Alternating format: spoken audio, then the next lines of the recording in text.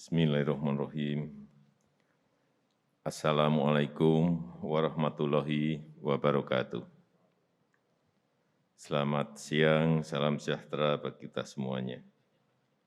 Sore hari ini saya ingin berbicara dan menyampaikan hal-hal yang berkaitan yang pertama mengenai COVID, kemudian nanti juga yang berkaitan dengan ekonomi, meskipun ini semuanya berada pada posisi yang ketidakpastian. Yang pertama, yang berkaitan dengan COVID. Perkembangan kasus harian COVID ini memang betul-betul sulit diduga. Tapi alhamdulillah pada hari ini, 24 Agustus kemarin, kita sudah berada di angka 19.000 dari 56.000. Inilah saya kira proses belajar juga yang kita lakukan. Saya tahu pun beberapa negara yang kita nilai berhasil melakukan pengendalian dan kita coba untuk kita modifikasi di sini dalam rangka pengendalian di negara kita Indonesia. Kemudian mengenai perkembangan BOR, keterisian tempat tidur di rumah sakit. Di Mei kita pernah mencapai 29%, pertengahan Mei. Kemudian melompat di Juli sampai hampir 80%. Hari ini kita sudah bisa turunkan lagi menjadi 30%, ini alhamdulillah. Ini juga patut kita syukuri. Semua bekerja, TNI, Polri, Kementerian, BUMN, pemerintah daerah, semuanya rame-rame. Sekarang ini angka kesembuhan sudah di atas rata-rata dunia, yaitu 89,5%, Indonesia di 89,97%. Yang masih belum bisa kita selesaikan, ini yang saya sampaikan ke Menteri Kesehatan, selalu saya sampaikan ke pemerintah daerah, urusan angka kasus kematian harus betul-betul ditekan terus. Kemudian juga peringkat vaksinasi. Kita ini dari kurang lebih 220 negara. Peringkat kita ini enggak jelek-jelek amat sih. Kalau dihitung dari jumlah orang yang divaksin, sampai hari ini kita sudah nomor 4. India nomor 1, nomor 2 Amerika, nomor 3 Brasil, kita nomor 4 Indonesia. Kemudian kalau berdasarkan total suntikan, kita nomor 7 sudah sampai hari ini sudah disuntikkan 91,9 juta dosis yang kita suntikkan. Kita kalah dengan Jerman, dengan Jepang, dengan Brasil, dengan Amerika, dengan India, dengan RRT. Kemudian berkaitan dengan ekonomi. Ini memang memainkan gas dan rem karena memang kalau kasusnya turun, ekonomi itu pasti naik. Kalau kasusnya naik, ekonominya pasti turun, sudah rumusnya itu. Nah itu mencari equilibrium, mencari keseimbangan, disitulah yang sebetulnya paling sulit. Disesuaikan dengan keadaan lapangan yang juga medan di Indonesia tidak mudah karena berpulau-pulau dan untuk distribusi vaksin saja, untuk distribusi obat-obatan saja memerlukan waktu yang tidak sedikit. Jadi alhamdulillah di kuartal pertama 2021 dari minus 0,7, di kuartal kedua kita sudah meloncat ke 7,07, 7,1%. Kemudian inflasi juga relatif terkendali. Kalau kita bandingkan dengan negara-negara lain, inflasi kita masih relatif terjaga di 1,5. Kemudian kalau kita lihat indikator-indikator di lapangan maupun angka-angka, ekspor kita juga di kuartal kedua naik 31,8%, ekspor kita. Baik ekspor di bidang pertanian yang kita juga kaget ada sebuah kenaikan yang lumayan signifikan dan ekspor barang-barang yang lain. Saya kira ini buat kita optimis. Konsumsi masyarakat misalnya di kuartal 2 kemarin juga berada di 5,9. Investasi di 7,5%, tumbuh sangat baik. Dan kalau kita lihat terakhir, saya kemarin baru melihat minggu terakhir, indeks kepercayaan pemerintah itu juga naik. Dari 97,6 kemudian menjadi 115,6. Ini juga kepercayaan konsumen, kepercayaan publik, kepercayaan masyarakat kelihatan dari indeks-indeks seperti ini yang angkanya selalu kita peroleh apabila surveinya selesai. Artinya ada optimisme, arahnya positif, tetapi juga kita tetap harus berada pada posisi kehati-hatian, kewaspadaan, karena memang sekali lagi sulit dihitung dan sulit dikalkulasi.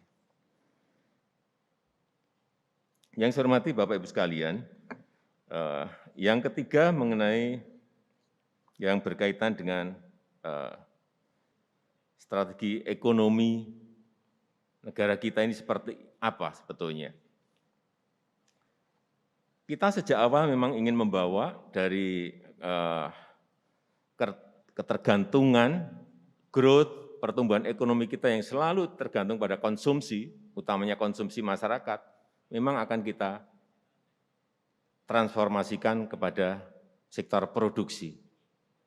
Bukan konsumsi, tapi nanti yang mendukung adalah produksi. Oleh sebab itu, semua komoditas yang kita miliki sekarang ini kita dorong untuk hilirisasi, untuk industrialisasi, yaitu yang berkaitan dengan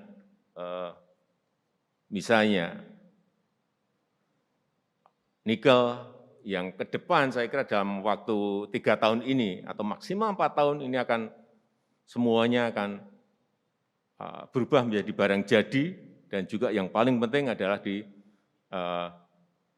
lithium baterai, baterai listrik, baterai mobil listrik. Ini yang nanti akan menyebabkan nilai tambah di industri ini menjadi meningkat sangat besar. Dan juga boksit juga sama, akan kita hilirisasi dan sudah mulai ekspor. Pabriknya sudah jadi dan sudah mulai ekspor. Juga saya kira nanti komoditas yang lain juga sama. Kelapa sawit yang turunannya sampai banyak sekali, semuanya memang harus dihilirisasi semua. Sehingga nilai tambah itu ada di dalam negeri. Termasuk hal-hal yang berkaitan dengan pertanian, seperti porang. Porang ternyata bisa dibuat apa saja, dan nanamnya mudah sekali. Di tanah yang kayak apapun dia bisa hidup.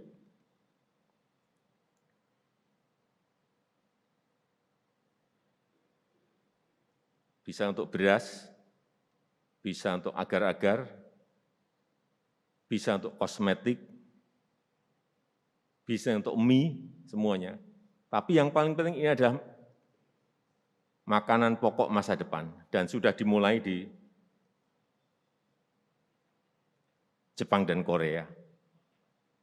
Rendah kalori, rendah karbo, dan gluten free, tidak ada gula. Dan ini makanan sehat ke depan ya ini. Kemudian yang keempat mengenai sistem pemerintahan kita. Hal-hal yang sangat darurat direspon dengan lamban. Bagaimana yang bekerja di lapangan? Sangat-sangat kesulitan. Bagaimana merespon kecepatan disrupsi yang ada sekarang ini? Kan sangat sulit. Oleh sebab itu, ke depan di era disrupsi ini kecepatan kuncinya, nggak ada yang lain. Negara sebesar apapun, sekaya apapun, kalah dengan yang namanya negara yang memiliki kecepatan, terutama dalam kecepatan memutuskan. Saya rasa itu yang bisa saya sampaikan pada kesempatan yang baik ini. Lagi terima kasih atas kehadiran Ibu dan Bapak semuanya pada acara sore hari ini.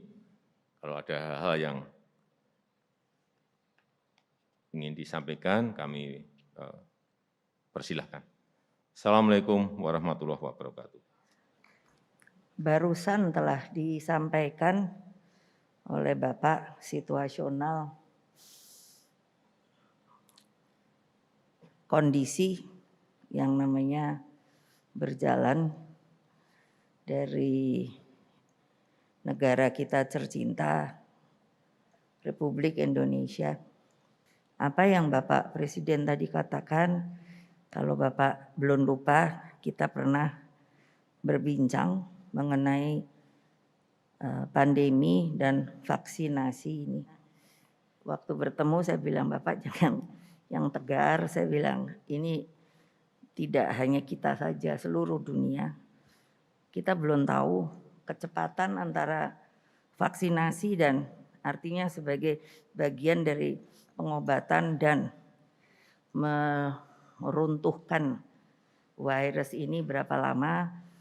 Memang disebut ini saling berkejaran. Makanya menjadi ada banyak varian. Kita sudah sampai pada sebuah varian Delta. Tapi yang paling penting sebenarnya inti daripada persoalan itu adalah satu, kedisiplinan dari masyarakat dan pengetahuan singkat dari masyarakat bahwa sebetulnya vaksin itu bukan obat, tapi membuat imunitas kita menjadi tinggi. Mengapa ada yang sudah divaksin bertanya, kok kena lagi? Karena ya sudah lupa kehati-hatian yang sangat populer sekarang adalah prokes. Itu sangat benar Bapak, kita sudah benar. Makanya saya bilang saya dukung Bapak. Jalur kita sudah betul. Apa yang membuat kita bisa seperti tadi Bapak katakan itu? Karena kita ini menurut saya punya Pancasila. Pancasila kalau di lapangan tuh gotong royong. Alhamdulillah. Lalu bagaimana kondisi ekonominya? Saya sangat yakin. Tapi yang tolong dianjurkan terus adalah masyarakat ya harus tetap prokes. Untung sudah ada surat vaksinasi. Nah itu juga sebuah bagian yang saya bilang sangat efektif. Nah di sisi ekonomi kalau menurut saya, kalau ini segera rakyat mengetahui bahwa vaksinasi ini memang bisa sangat berperan, tapi tetap dengan prokes, kan begitu nih yang mesti diomongkan. Maka yang namanya kehidupan ekonomi meskipun belum berjalan secara penuh dapat dilakukan. Saya yakin itu. Tadi kita sudah mendapat paparan dari Presiden tentang keadaan COVID, bahwa penanganannya bisa dikatakan cukup efektif dan kita optimis. Bahayanya adalah bahaya dunia, bahaya seluruh manusia, tapi kita mampu menghadapi dan memang kita harus menghadapinya. Jadi kami rasa bahwa dengan suara-suara yang ingin memperkeruh keadaan itu tidak perlu dihiraukan. Kita sudah berada di jalan benar, jadi kepimpinan Pak Jokowi efektif, Pak. Saya mengakui itu dan saya hormat sama Bapak. Saya lihat, saya saksi, saya ikut dalam kabinet. Kepimpinan keputusan-keputusan Bapak cocok untuk rakyat kita. Tim kita saya kira bagus. Tim kita di kabinet cukup kompak dan kita kerjanya baik, Pak. Jadi mohon Bapak jangan ragu-ragu. We are on the right track. Karena itu masalah COVID saya kira kita cukup optimistis. Bahwa ada kekurangan, ada keterlambatan vaksin itu saya kira yang dihadapi oleh banyak negara. Kedua yang Bapak sampaikan, ekonomi juga kita optimis, kita cukup baik. Dibandingkan dengan banyak negara lain, Itu juga berhubungan Pak, keputusan Bapak untuk tidak lockdown keras ini ya memungkinkan kita bisa selamat. Negara lain yang lockdown keras malah mengalami kesulitan. Jadi kita boleh bangga bahwa prestasi kita baik Pak. Saya bangga bagian dari pemerintah ini dan kita nggak usah ragu-ragu Pak. Beberapa waktu yang lalu kita membahas mengenai Cipta Kerja, Pak Presiden. Ini salah satu reform terbesar yang dilakukan di bawah kepemimpinan Bapak Presiden. Mengenai perekonomian ke depan, kita perlu mencapai pertumbuhan yang di atas rata-rata yang sudah bisa dicapai. Utamanya adalah untuk mendorong penurunan kemiskinan dan lapangan pekerjaan. Dan tadi menegaskan apa yang disampaikan Bapak Presiden, penanganan COVID yang cepat itu dengan kepemimpinan Bapak Presiden. Jadi dipimpin dari pusat menggunakan TNI Polri. Kalau ini menggunakan yang dari bawah, ini tidak terjadi Pak.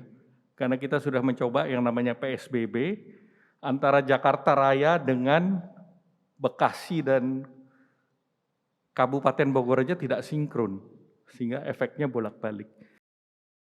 Kita patut bersyukur atas prestasi-prestasi pemerintah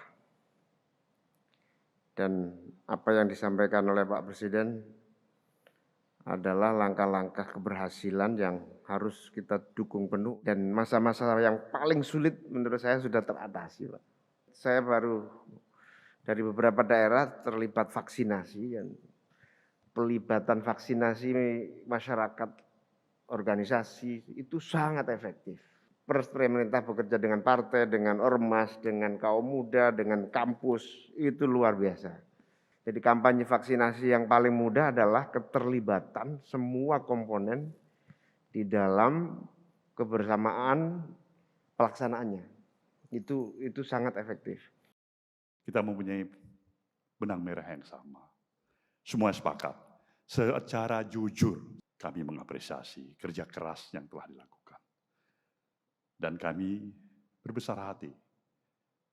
Bagi saya pribadi dan tentu bagi seluruh keluarga besar partai yang saya wakili, merasa berbangga hati atas seluruh jerih payah kerja keras yang telah dilaksanakan oleh Presiden Jokowi beserta dengan seluruh jajaran kabinetnya. Dalam penanggulangan masalah COVID ini, saya bisa memahami betapa masalah ini bukan masalah yang sederhana dan mudah. Kita sedang membangun kesadaran masyarakat kita untuk bisa berperan aktif, menjadi warga negara yang mengerti hak dan kewajiban yang juga mereka harus sertakan. Kita juga berhadapan dengan realitas tingkat disiplin pribadi dan disiplin nasional kita sebagai satu bangsa dan etos kita masih lemah. Masalah ekonomi tidak ada pertumbuhan pun. Menurut saya sudah satu kemenangan bagi kita sebagai satu bangsa dalam menghadapi permasalahan seperti ini. Kemarin COVID saya tidak perlu lagi sampaikan Bapak. Karena COVID juga waktu kami bertemu dengan beberapa ahli ekonomi di Amerika, mereka justru menceritakan kepada kami mengenai rumus-rumus Arnold, RT yang bagaimana caranya itu yang dikendalikan dan kita telah melakukan itu. Jadi saya kira kita sudah on the right track. Tidak ada negara manapun yang punya resep yang benar. Yang penting adalah prosesnya benar. Dan kita sudah dinilai prosesnya benar. Bagaimana kami kerja dalam situasi pandemi? Kami akan membentuk worksite bubble. Jadi nanti ada border control, kemudian juga nanti ada emergency yard, ada emergency teras, kemudian juga logistik yardnya di tempat titik-titik yang Bapak Presiden sudah melihat kemarin, kami sudah lakukan. Jadi once ada kejadian sesuatu tidak terjadi efek penularan. Apa yang disampaikan Bapak Presiden tadi, sudah excellent Pak. Kata kuncinya Indonesia itu gotong royong, yaitu termasuk Omnibus Law kan itu sudah memudahkan. Saya karena baru pertama, nggak boleh banyak-banyak Pak. Bicaranya sedikit aja, semoga manfaat. Sekali lagi terima kasih atas kesempatan diberikan Bapak Presiden.